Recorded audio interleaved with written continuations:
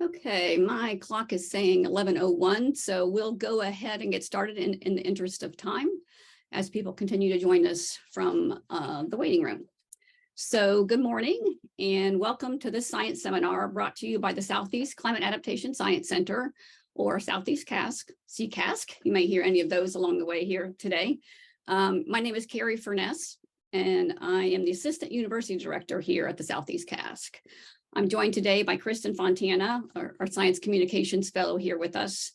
And in these virtual seminars, we're highlighting SE CASC funded or projects that support resource management actions across the Southeast. So let me start by letting you know what to expect from today's webinar. So we'll go over some meeting logistics real briefly, request some feedback via a short poll, and then introduce our speaker today. She'll present for 40 to 45 minutes or so, and then we'll have some time for Q&A. So, and discussion. We should allow some time for discussion before we wrap up. So now Kristen will give you a quick overview of our webinar technology. Hi, I'm just going to quickly cover some features on Zoom that we're using for today's webinar. I'm sure that we're all pretty familiar with Zoom at this point, but we do recognize that some folks use different technologies. So I'm just going to point out a few things. The controls on the bottom left of your Zoom screen allow you to mute and unmute your audio. We will keep all lines muted and ask that you also keep your video off so that we can reduce distractions during the presentations. In the middle of the bottom bar, you can access the chat window, and I encourage you, if questions come up during the presentation, to submit them in the chat for discussion after the talk. We'll be monitoring the questions there, and we'll pose them to our speaker during the Q&A session. We will also be recording today's webinar, and you can access and share the recording afterwards on the Southeast CASC website, on our Science Seminars page, and on our YouTube channel. Now we're just going to launch a short poll just to get a bit of information about who is with us today and to help us know how to continue to get information about these seminars. Great. We'll just give you about a half minute or so to fill it out. Thank you. So you should be seeing that in your screen. Go ahead and fill that out. Looks like we've got some university folks, state agencies, nice to see, federal NGOs. And you all read the Southeast CASC newsletter. Thank you for that. And for passing the word. So, okay, just another few seconds here. And we'll go ahead and close that. Thank you everyone for filling it out and for feeding back this information. It's great to see the breadth of folks in our audience today, which sets us up for robust discussion about this research. Now we'll turn to our presentation. While we switch screen sharing, Carrie will introduce our speaker. Great. So I'm delighted today to introduce our speaker, Dr. Lise Montfiore. Lise is a postdoctoral researcher at North Carolina State University in the Department of Bio and Agricultural Engineering. And she was a 2019-2020 SE CASC Global Change Fellow. So exciting to see. It was great to have Lise as part of our program and now to see her move into this new role. And she also was a National CASC Science to Action Fellow. So she's going to tell us a bit about the work that was done through both of those sources of support. Lise investigates the vulnerability of national estuarine systems to global and local change, uncovers historical land use changes through satellite remote sensing, and also investigates how reservoir management influences downstream water quality. Lise is also working at Nat'l, a local startup, which aims to create innovative nature-based infrastructure solutions to mitigate coastal erosion, designed specifically for local climate and habitats. So Lise, if you want to go ahead and start screen sharing, I'll mention that the title of your presentation today is Insights from a National Scale and Holistic Approach to Map Estuarine Vulnerability to Projected Change in Water Quality. Thank you. And I'll turn it over to you. Yes, so everyone can see well my presentations? Yes. Looks and sounds great. Okay, thank you. So first, before starting, I would like to acknowledge the co-authors. So among the co-authors, there were Nat'l Nelson, who is an assistant professor in the Department of Bio and Ag Engineering at NC State. I also would like to acknowledge Michelle Stodinger from the Northeast Climate Adaptation Science Centers and Adam Terando from the Southeast Climate Adaptation Science Center. And also, we got several support from the USGS, and especially from the Surface Climate Adaptation Science Center, the National Academies of Science, Engineering, Medicine from the Gulf Research Programs, and from USDA. So this research mainly focused on estuaries. So let's introduce the topic. So estuaries, as you can see here, they are areas that form at the interface between freshwater and the marine environments, and they are permanently or intermittently connected to the oceans. So estuaries are unique ecosystems as they result from a combination of environmental factors such as tides, climates, and river discharge. And they have also geomorphic structures that play an important role. So the riverine discharge can deliver nutrients, sediments, and organic matters that enhance the primary and the secondary productivities. And because of these unique settings, the estuaries host numerous species, and there's unique ecosystems that provide valuable assets to the national and the local economies in the United States. So here you can see a map shared by the Economic Value of America's Estuaries, recently released. And you can see that the total of US estuaries regions studied provide over 50 millions of jobs, and there's over 100 million of people. So, for example, estuaries represent only 4% of the continental landmass in the US, but 40% of the US population lives along estuaries. And besides all the economic benefits, the traditional benefits that we can see, they also provide coastal resilience benefits and opportunities for mitigating the impacts of climate change. So I'm notably referring to blue carbon and natural infrastructures. However, estuaries face local and global change threats. So they face threats from pollutions, notably from land use, human anthropogenic activities. So the pollutions can be from a chemical, physical, or biological forms. And the main sources are from agriculture, aquaculture, tourism, and urbanizations. And with pollutions, we also have the impact of climate change with a change in temperature, precipitations, drought, extreme events, etc. So all of them have synergistic effects that can affect an ecosystem at all the different levels. So from the metabolism, physiologic levels, individual levels, population level, communities, and ecosystem function level. So the impacts all the ecologies, which then will impact different economies that relies on the different goods provided by the ecosystems, and therefore the different communities. And it's particularly true for coastal and island communities because they are particularly vulnerable to the impact of the climate change and pollutions, because they have a direct reliance on the goods and services provided by the estuarine ecosystems. So across disciplines, a common challenge is that combined effects cannot be predicted reliably from the individual effect of each stressor, because the way each stressor operates in isolations may change or be modified in the presence of other stressors. So it's quite complex. And a significant amount of attention has been paid to climate change impact on coastal communities and systems, such as sea level rise. However, the climate change adaptations discourse has become pretty dominant in conservation and development policies, that practitioners and policymakers may neglect to incorporate the wide array of stressors that are facing coastal communities, because the different stressors they face, coastal communities face, and also the associated ecosystems can include social, economic, institutional, political, demographic, etc. So there is a need to understand climate stressors and the other social and economic changes at multiple spatial and temporal scales in order to create an effective adaptation policies. But it's very complex to integrate all of these different factors. So there is one way, which is not a perfect way, but that can be used as a tool, is to use a vulnerability assessment.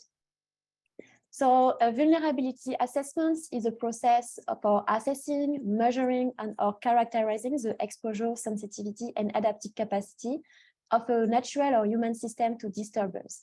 So it's really aims to quantify the degree to which natural, built, and human systems are at risk of exposure to stressor. So among the three components, so we have the exposure, which is a measure of the magnitudes of exposure to different stressors. Then we have the sensitivity, which measures how a system is likely to respond when exposed to stressors.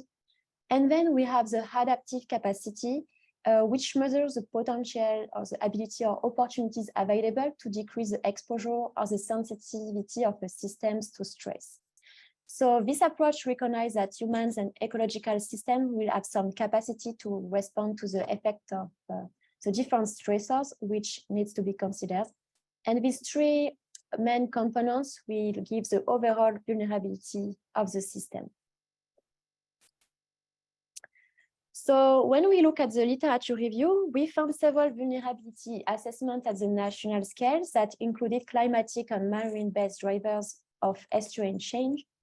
But we haven't really found coastal vulnerability assessments that have included terrestrial-based drivers of change.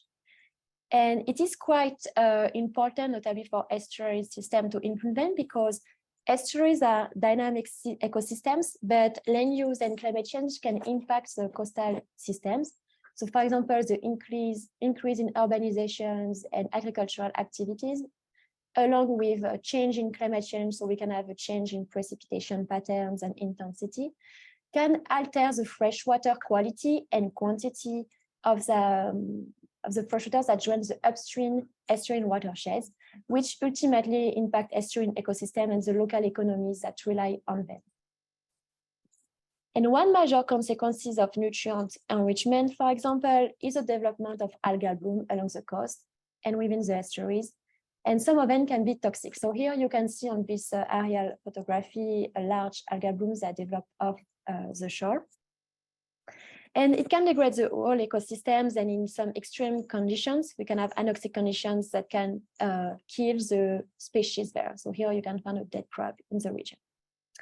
So it is a serious concern. Eutrophication notably is a serious concern, and notably the National Estuarine Eutrophication Assessment developed by NOAA, which was published in 2007, shows that 65% of the estuarine systems assessed present in moderate to high eutrophic symptoms.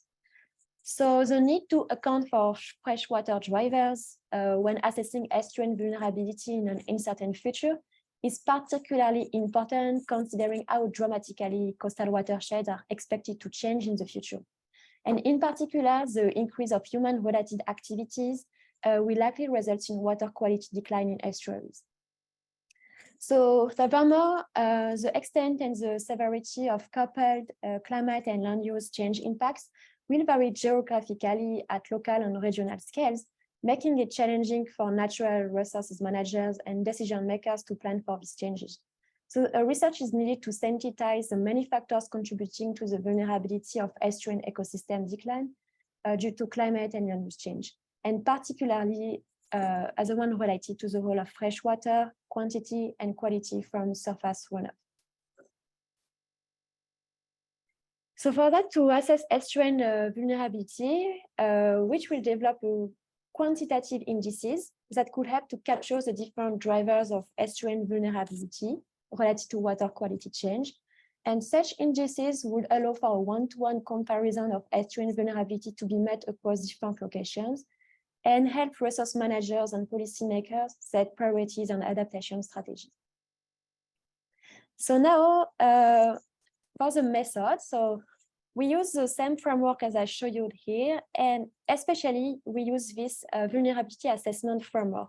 So for the exposures, we looked at how estuarine, at the exposure of estuaries to nutrient loading change. For the sensitivity, we look at the sensitivity of the ecosystem to changing nutrient loads, which will give the potential impacts. And then for the adaptive capacity, we look at the assets available to help prepare or avoid the impact of nutrient change from the assets available from the human communities, but also from the wetland ecosystems, the natural habitat. And these different things parts will give us the overall estuarine system vulnerability.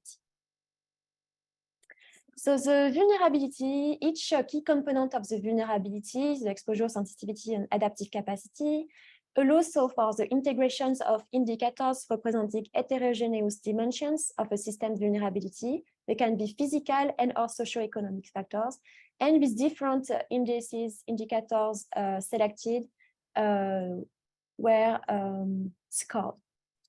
So here we define the set of different indicators within the 3 key vulnerability dimensions to assess the spatial variation in estuarine system vulnerability across the US to changes in climate and land use. So I will go more into details for each indicators. But first, this is the regions, the different estuaries where the vulnerability assessment was applied. So we studied 112 estuarine watersheds across 5 main regions. So the North Atlantic, South Atlantic, the Gulf of Mexico, the North Pacific, and the South Pacific. So now I will present you the different indicators used. So for the exposure, we compute the total nitrogen and the total phosphorus land exchange between 2 periods. So an historical period from 1990 and 2020, and a future period from 2035 and 2065. We also look at the presence of upwelling currents because several studies have found that upwelling currents could be a non-negligible sources of nutrients in coastal systems. And therefore, based on existing data sets, estuarine system with upwelling zones were flagged in the vulnerability assessments as they may contribute to increased nutrient loads in coastal waters. So here, for the upwelling currents, we didn't compute the scores. In this assessment, vulnerability assessment, most of the data were compiled from existing data sets, but one data set that we did not have was the total nitrogen and total phosphorus landing change between the 2 different periods. So we needed to compute it across the different regions, the different estuaries. But to compute that, we got several water quality models that exist. So we needed to choose one, but we also got several constraints. So we got a constraint because of the computational resources, because we are studying also with projected data in the future periods. We needed to use several scenarios and models so that can be computationally intense. And also we apply the model at large spatial scales. Then we have limited availability of data and human resources. And also because of the scales and the different resources, we could not really have a water quality model where we will have hundreds of parameters to calibrate. So therefore, when we look at the different water quality models available, we decided to test low complexity models, empirical models based on the export coefficients based model. So this low complexity model will overcome the constraints made by the computational resources, and notably with the study areas, complex water quality models would not have been supported by the available data and human resources. So the model we chose is a spreadsheet tool for the estimation of pollutant load, the Nat'l model. So this model was developed for the EPA to compute total nitrogen and total phosphorus across watersheds. So initially, the Nat'l model is only an Excel spreadsheet where the user can directly integrate the inputs. The Nat'l model is very often used by stakeholders to compute the total maximum daily load. And we adapted this model to R because we could not really have this form to run the models because also we used gridded data sets. So the model was adapted to the statistical software R. You can see. So how the model compute nutrient load? So I will not go into much details because we got a paper where we explained all the processes and how we validated the use of the model. But how it works is that the model uses a gridded data set. So we have different cells. And so we have the land use, hydrologic soil groups, and precipitation data layers that are used as a model inputs to compute the volume of runoff generated. And then pollutant loads are computed as a product of the runoff volume and the event mean concentrations associated with the land use type and the grid set. So for example, for the event mean concentrations, so all the methodology on the selection of the EMC were described in the previous analysis. But for example, we will define a certain concentration for a certain volume of runoff for a certain type of land use. So then the finite pollutant load of each watershed is obtained by aggregating the pollutant loads of all cells in the watersheds. So the main inputs we used, it was precipitation data and land use change and land use data. But because we are using projected data, we needed to select which model we will use for the projected data. So for the projected climate data, we use a multivariate adaptive constructed analogs MACA data sets from 20 downscale global climate models developed by Abad-Zoglu and Braun. We use two representative concentration pathways, the RCP 4.5 and 8.5. So the RCP 4.5 scenarios represents a stabilization scenarios, while the RCP 8.5 scenarios corresponds to unrestrained growth in emissions, leading to the radiative forcing of 8.5 watts per square meters. You can see the difference here of the RCP 4.5 and 8.5 by 2100. And in our study, we look at the period between 2035 and 2065. So we still observe difference in the RCP 4.5 and 8.5 in terms of the CO2 equivalent. But it's not as big as by 2100, but we still wanted to keep something that were close to nowadays, because decision makers are more interesting to see by the next 30 years. And if we were taking data by the end of the centuries, people might have been, and decision maker and stakeholders might have been less interested by it. So we also use projected land use data. So we use a forecasting scenarios of land use change models and 4 scenarios. So for the land use scenario, we used the A1B scenarios, which correspond to a very rapid economic growth with low population growth and a rapid introduction of new and more efficient technology. The A2 scenarios, which represent a very heterogeneous world with an emphasis of families, values, and local traditions. A scenario B1, which is more environmental friendly with the introduction of clean energy, and a scenario B2, which is a world with an emphasis of local solutions to economic and environmental sustainability. So there's more details here, but just to summarize, some scenarios are more focused economic, some are more global, more regional or environmental. So now, once we got all these data sets, we were able to compute the nutrient load change computations. So we compute the total nitrogen or the total phosphorus load for the future period, minus total nitrogen or total phosphorus for either historical period divided by the historical periods. And also for the future periods, we look at different combinations of future climate and future land use scenarios. So we compute the delta X, the delta nutrient change for when the future, the projected data were a combination of the land use scenario A1B and the climate scenario RCP 4.5, etc. for the 8 different combinations. So we got 8 different delta X for each. And also the stepper grid model was run using the 20 climate models from the coupled model intercomparison project 5, ensembles outputs as inputs. And so these predictions here were then averaged within each climate and land use scenarios combinations. So here for the future, so we got 8 delta X, but for each one, it's also represented an average of the 20 climate models here.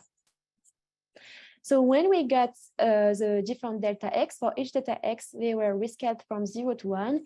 So a score of 0 was given to estuarine, where a decrease or no increase in total nitrogen or total phosphorus loads was observed, and 1 where the highest total nitrogen or total phosphorus loads were observed.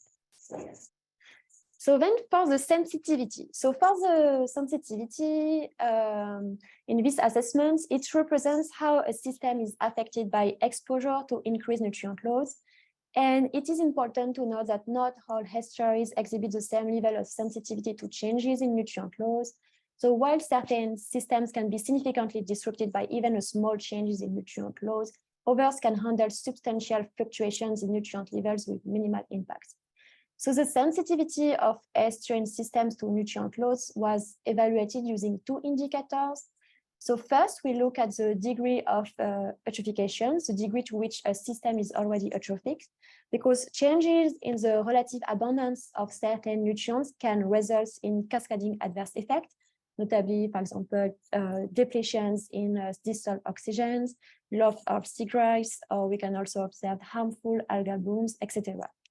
So as a result, ecosystems experiencing eutrophications may gradually lose their ability to effectively adapt to changes and disturbance. So the degree of existing eutrophications for each the estuary was obtained from the 2008 Estuarine Eutrophication Assessment, as I mentioned earlier. So we use these assessments, which is not very recent, but it was the most recent assessment data available at the national scale. Then the estuaries were scored as moderate, high, and high in the National Estuarine Eutrophication Assessments, and this one were flagged in the sensitivity map. Scores were not calculated for these indicators. We then look at the physical susceptibility to nutrient loading. So NOAA's National Ocean Service developed 2 parameters to quantify physical characteristics representing an estuary's ability to flush pollutants. So we have the dissolved concentration potentials and the particle retention efficiencies. So the DCP kind of characterize how a system tends to dilute pollutants. So for example, estuary system with a high DCP tend to concentrate nutrients inputs, while systems with a low DCP tend to dilute them. And the PRE, the particle retention efficiency, estimates the system relative ability to trap suspended particles along with adhering pollutants. So NOAA already established a classification systems used with both DCP and PRE. So where they have high TCP, high PRE, low, moderate, etc. So the combinations, we combined the DCP and PRE classes, which created 9 different categories. So for example, we got a category from low DCP, low PRE, low DCP, high PRE, etc. And the 9 classes were rescaled to 0 from 1, with 1 representing the highest combined classification, meaning it's high DCP, high PRE, and 0 representing the lowest combined classifications, low DCP, low PRE. So a score of 1 represents a highest physical susceptibility. So then we look at the adaptive capacity. So when we talk about adaptive capacity, we consider both human and natural aspects. So for the human adaptive capacity, we utilize 2 indicators comprising various sub-indicators. Specifically, we examine the access to local scientific knowledge and if there were legislative and governmental actions undertaken.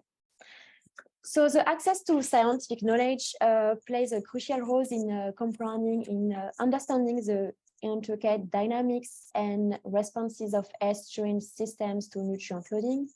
So given the complexity involved, extensive research and observations over many years are necessary to understand the ecological relationship within an estuary.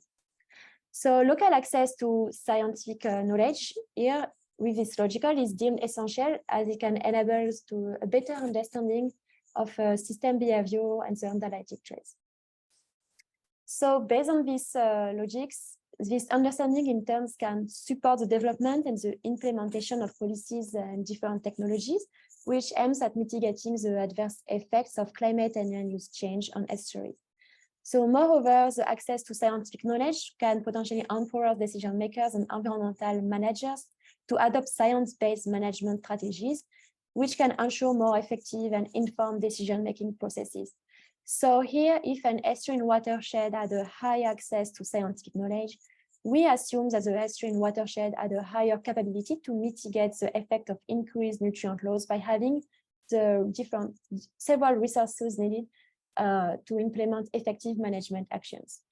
So here we use 3 sub-indicators to quantify the system access to scientific knowledge. So we look at the number of peer-reviewed research articles per watershed, the number of academic staff in the intensive research university, so the R1 and R2, which is just the classifications of how the research is intense in this university, and then the long-term water quality monitoring stations. Similarly, we assess the presence of legislative and governmental actions that are already in place to support climate adaptations and to mitigate eutrophications. So we look at the environmental state budget, the numeric water quality criteria, and the climate adaptation planning.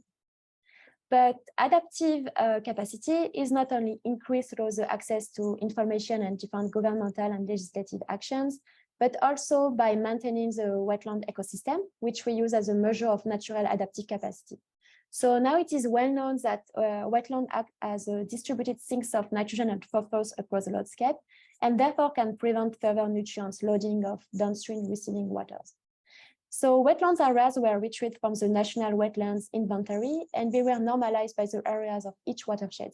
So values were linearly rescaled from 0, representing areas, watersheds where we found the lowest wetland density, to 1, which is equivalent to the highest wetlands density. So here's we computed the different scores, independent and individual score for the human and natural adaptive capacity. So the scores were not aggregated because we thought it was not really fair to aggregate all in the same bag, the human and the natural adaptive capacity, and we might lose information of the system if we aggregated the data.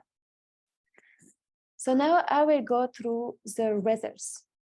So the exposure, sensitivity, and adaptive capacity are presented as a set of maps, which represent the overall vulnerability to water quality change under projected climate and land use conditions.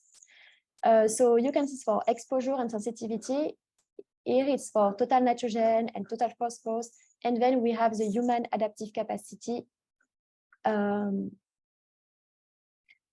the natural adaptive capacity.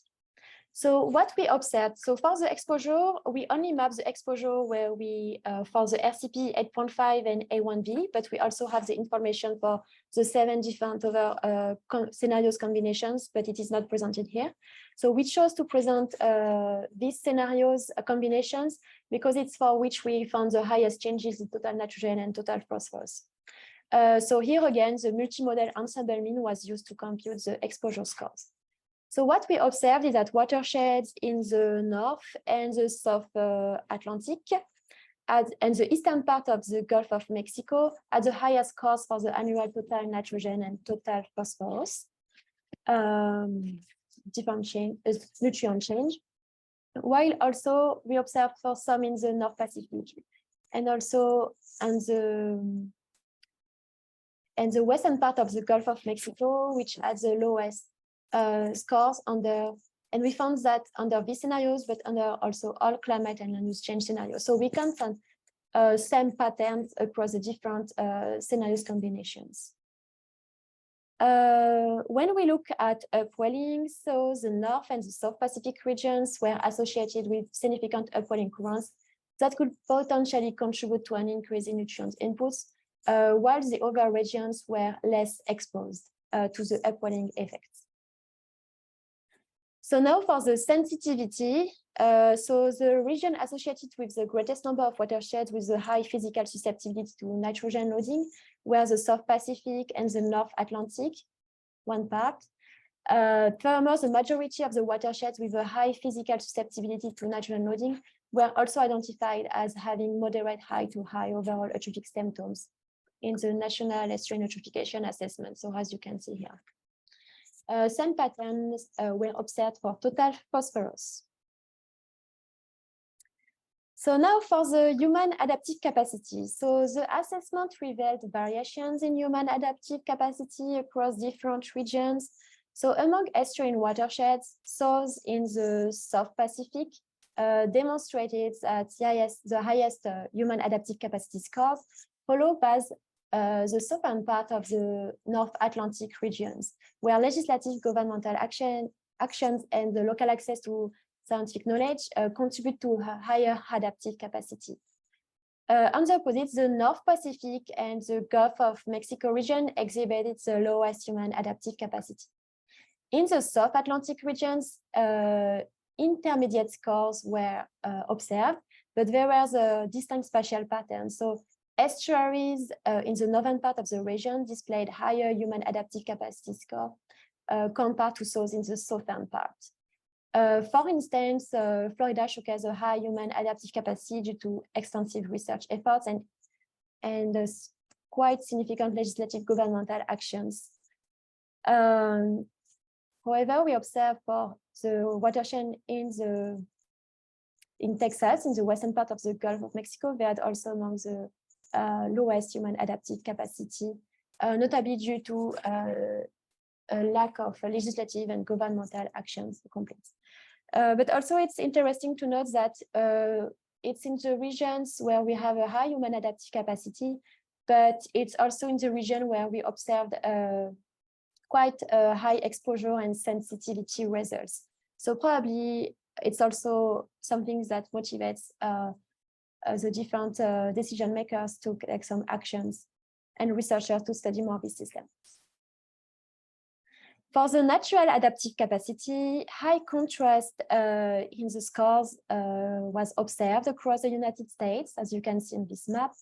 So the North Pacific and the South Pacific region has the lowest wetland density per watershed, while the South Atlantic and the eastern part of the Gulf of Mexico had the highest natural adaptive capacity. The Gulf of Mexico and the North Atlantic region had heterogeneous results, as I show you for the Gulf of Mexico. As you can see here, there's a huge difference in the wetland density. And also in the north, where in the North Atlantic region, where the northern watersheds are the highest wetland density compared to the southern part.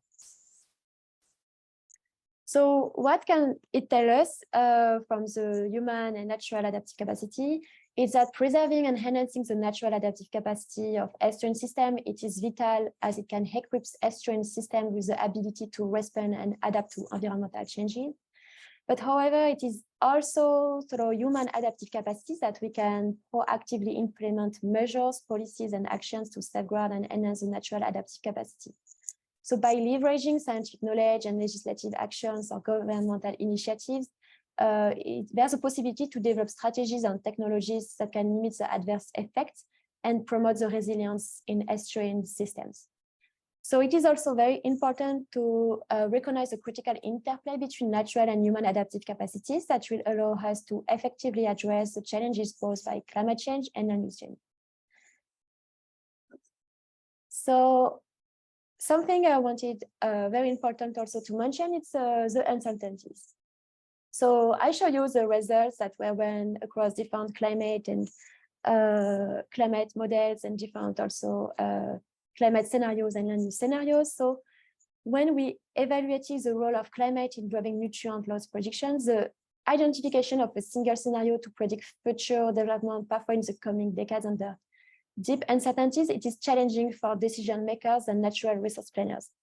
Therefore, considering multiple features can be advantageous, that it is more likely to result in a robust plans that perform well under deep uncertainties. So in this context, we just wanted to look at the exposure scores under the different models and the different climate models and land use.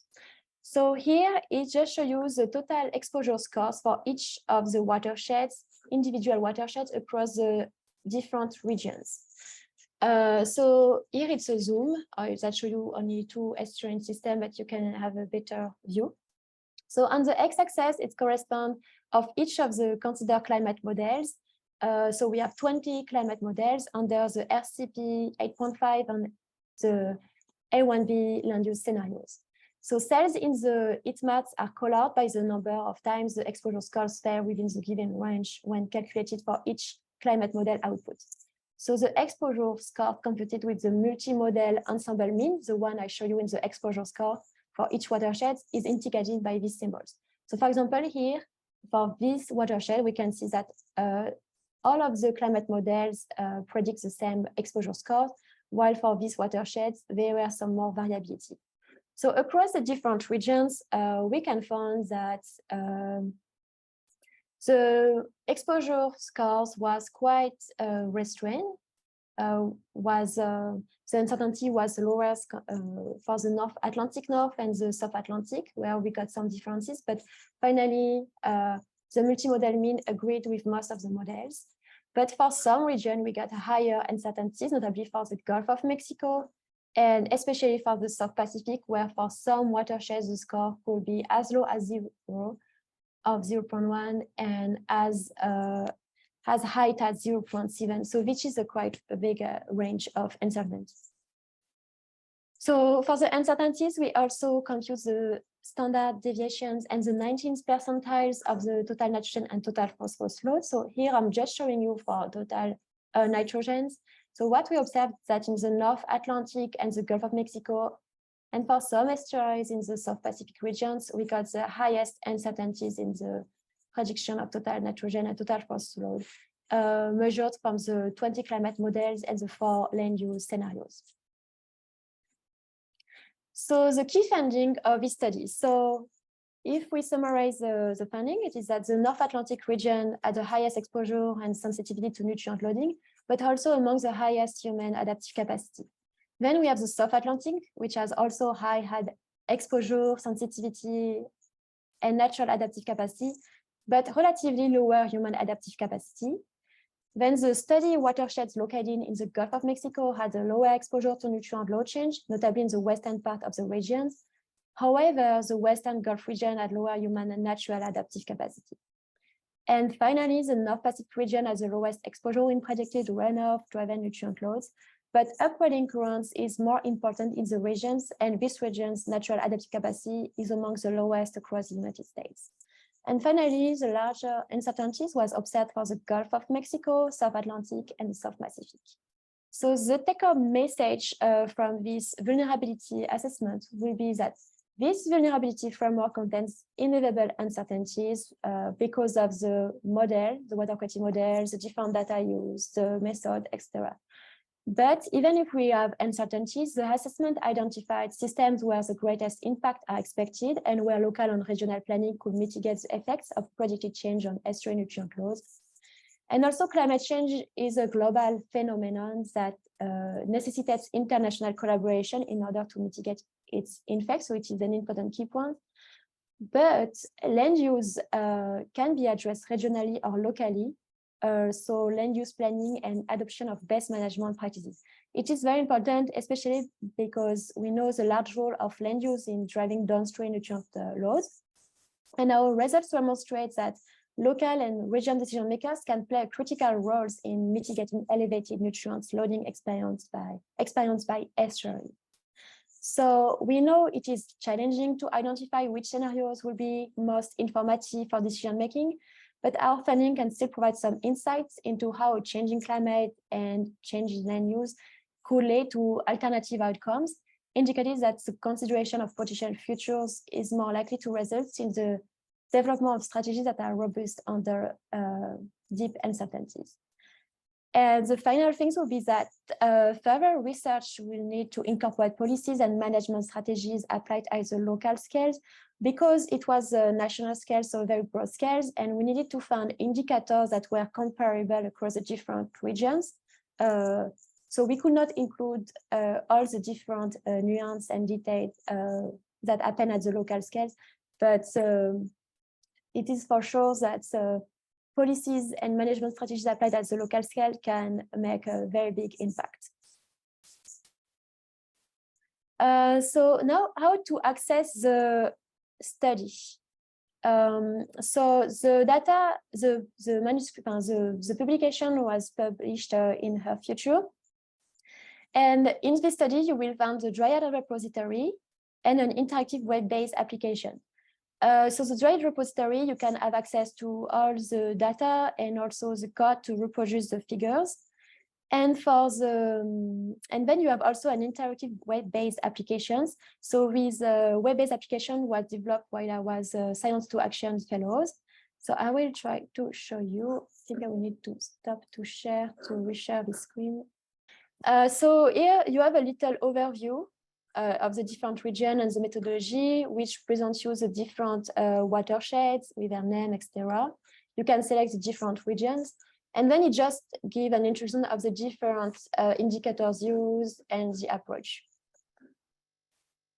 Then here it shows you the exposure score. So in the presentation, I show you the A1B RCP 8.5 scenarios, but you can also select as many as you want to ease the comparison. And you can select which nutrients you want to look at. And if you also, you can assess if you have some the upwelling currents across the different regions. So it just to allow more comprehensive. So it's a little bit slow right now. Yes, you see the upwelling, etc. So it just to allows a visualization tool so people can play with the data, because there was quite a lot of data and it can be hard to visualize. For the sensitivity, it's about the same process. So you can select a region and then select nutrients and your eutrophication score. So for example, we just keep the high one. So we just allow to filter data set and to get the score visually. Of course, also I forgot to precise, you can for each of one download the data, tabular or shapefile data, so you can have the spatial information. For the adaptive capacity, so we have the human adaptive capacity and the natural adaptive capacity. So for the human adaptive capacity, it's a little bit different from what I present and from the paper. We gave more flexibility to the user. So for example, we have the different indicators that were average to get the local access to scientific knowledge, and the same way to get the legislative governmental action indicators. And also this one were average to give the final human adaptive capacity. Here in these applications, we allow the user to weight each of the indicators depending on their needs. So they can weight between to get the access to scientific knowledge and also a second weight for the human adaptive capacity. So for example, here it describes the step one is access to scientific knowledge. So there's a different sub-indicators, and the user can choose to change the score, and automatically the maximum total weight will not be more than 1. And you can choose to not weight 2. So the weight will mean that each indicators have the lowest have the same weight, And also it's also allow you to, if you don't want one indicators, you can put a score of 0. A weight of 0. So same thing was made for the legislative governmental actions, and then it's also possible to weight then the two main indicators of the human environmental action. So for example, to give more weight to the legislative governmental action. So we just to give more flexibility to the user, and again the data can be downloaded. So this is all what I have right now. So I will be happy to take questions if you have some. Yeah, this is really an amazing pile of data, I guess. I mean, for and analysis. Thanks so much. So yeah, I would say let's thank Lise for this really great presentation, and now we can open it up for questions. It looks as if there was a question already in the chat that was answered by Amin, if I'm pronouncing that correctly. So thank you for the question about the human adaptive capacity, and it looks like your tool also allows a better explanation of that. There's another question in the chat from Marilyn, which is, was the model able to consider the effect of rainfall and local physical mixing factor on stratification and therefore strength of stratification and likely anoxia? So no, it was not. This model is very simple. It's really to assess the potential inputs of nutrient loads to the watersheds, but unfortunately, it would have been great to have models that includes stratifications and if it can lead to anopsias. But the model was very simple water quality models, especially because it was applied at large scales. But in this assessment, the goal will also be to identify, in these regions or these estuaries, this model identified we might have higher loads of nutrients. So maybe we should run a deeper analysis to run maybe more complex and models with more capabilities that could include these different factors, for example. So we know that it's part of the uncertainties of the models. We could not capture everything, unfortunately. Yeah, that's great. Thank you. Are there other questions from the group? Thanks for giving us time for a little bit of discussion here, Lise. Other questions from those online? Feel free to raise your hand. Yes. You can unmute and ask your question directly, or pop it in the chat. Lise, I had a question. I was curious where you're headed next with this work. You mentioned that this is like kind of a simple model, but it was a great synthesis. So obviously there's some more work that can be done assessing the vulnerability of our estuaries. And I was just curious where you see this work headed, and if you could just share a little bit about that. So I think by including more indicators would be great, because there are so many more we could include, but it will rely to dig more into the data. And yes, I really think to include more indicators, the local scale will be a big, it will be a big effort and a great things to do. So I think my first things will be, we can also improve the water quality models and run different uncertainties again with the export coefficients in the water quality models, the different parameters. But it will be big. But I think the first things I will do is to refine the adaptive capacity, and especially the human adaptive capacity, by integrating more indicators to see if we have more local policies or things that are undertaken in the region. I have another Yeah, question for you.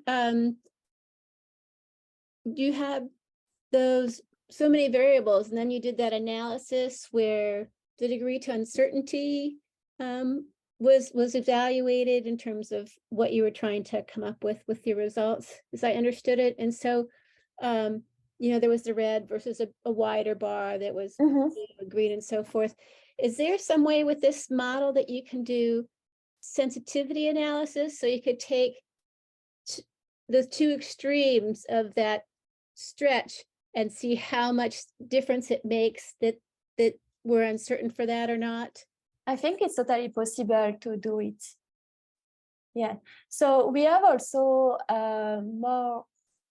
So we didn't really run a big sensitivity analysis. So that's why we just compute standard deviations and the 90th percentiles and the exposure scores. But I think, yes, a sensitivity analysis will be very great to get the full range. But it's very data processing. Even with these very low complex models, it was quite data intensive. But yes, actually at the beginning, I was thinking to do that, but it was just a very big task. Yeah, just to do that alone. Thank you. Thank you. Other question? Oh, all right. Another question has come into the chat. Daniel, you could feel free to unmute and ask it, or I can read it out to Lise. Yeah, sorry for coming in late. But I was just wondering how you envision this tool to being used, and who's really like the audience, or who's meant to kind of use this tool. So I would like this, our initially envision this tool is way to have a broad audience of everyone interested in environmental resources and protecting coastal. So it can be researchers, but it can be also environmental manager interesting to see what can be the results. So of course, I'm not expecting to have a decision maker. So we have this study, we found that. So we will do that because it's a very broad scale. So we didn't include too much of the local components here, but it was mainly to raise some disparities among the regions. So it can, just provide more data available to see, okay, in the future, we might have this region at higher risk than compared to this region. In these regions, they already implement these actions towards water quality or climate adaptation policies. And this region, they don't. And we also observe that they have a high nutrients loading change expected. So it's mainly just to have an exploratory tools where they can have some data, maybe not ready to use for decision makers because I know they need more information, but it's really just for that. So it's very open to anyone interested in that. Thank you very much. I appreciate it.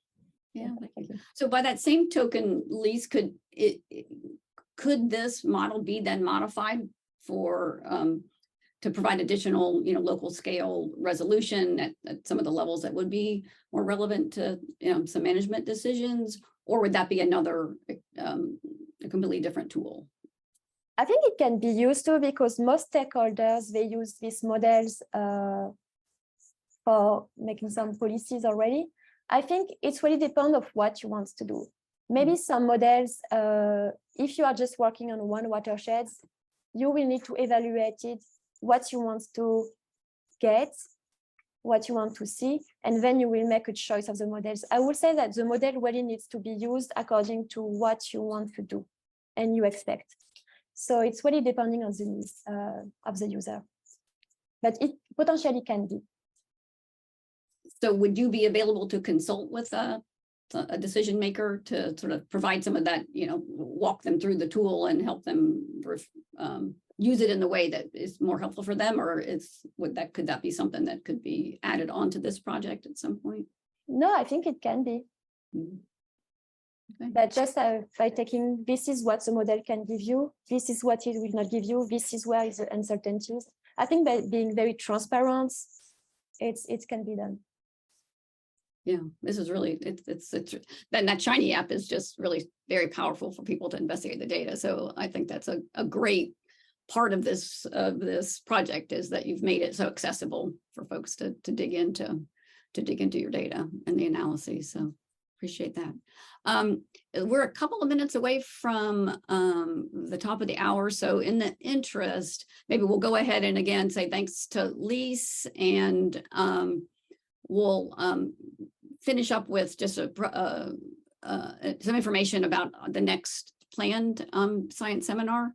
And yeah, so our next science seminar, you can see here, is also dealing with some land use changes and specifically around urban growth projections. So Anna Petrosova will be given a presentation on scaling up urban growth projections with futures, another model. And this is going to be co-hosted with the Southeast Conservation Adaptation Strategy. So it will also serve as their third Thursday web forum. So glad to pair up with them in regard to that. So we hope you'll be able to join that seminar, and wanted to remind you too that we'll go ahead, if you are not already subscribed to our mailing list, by joining this, we'll add you to that, so you'll get information about our upcoming seminars. And of course, you'd be welcome to unsubscribe, though we hope you won't. So yeah, so I wanted to say thanks again to everyone for joining us, and thanks especially to Lise for really great work and great presentation of that work. So I hope you all have a great rest of your day. Thank you. Take care. See ya. Thank you.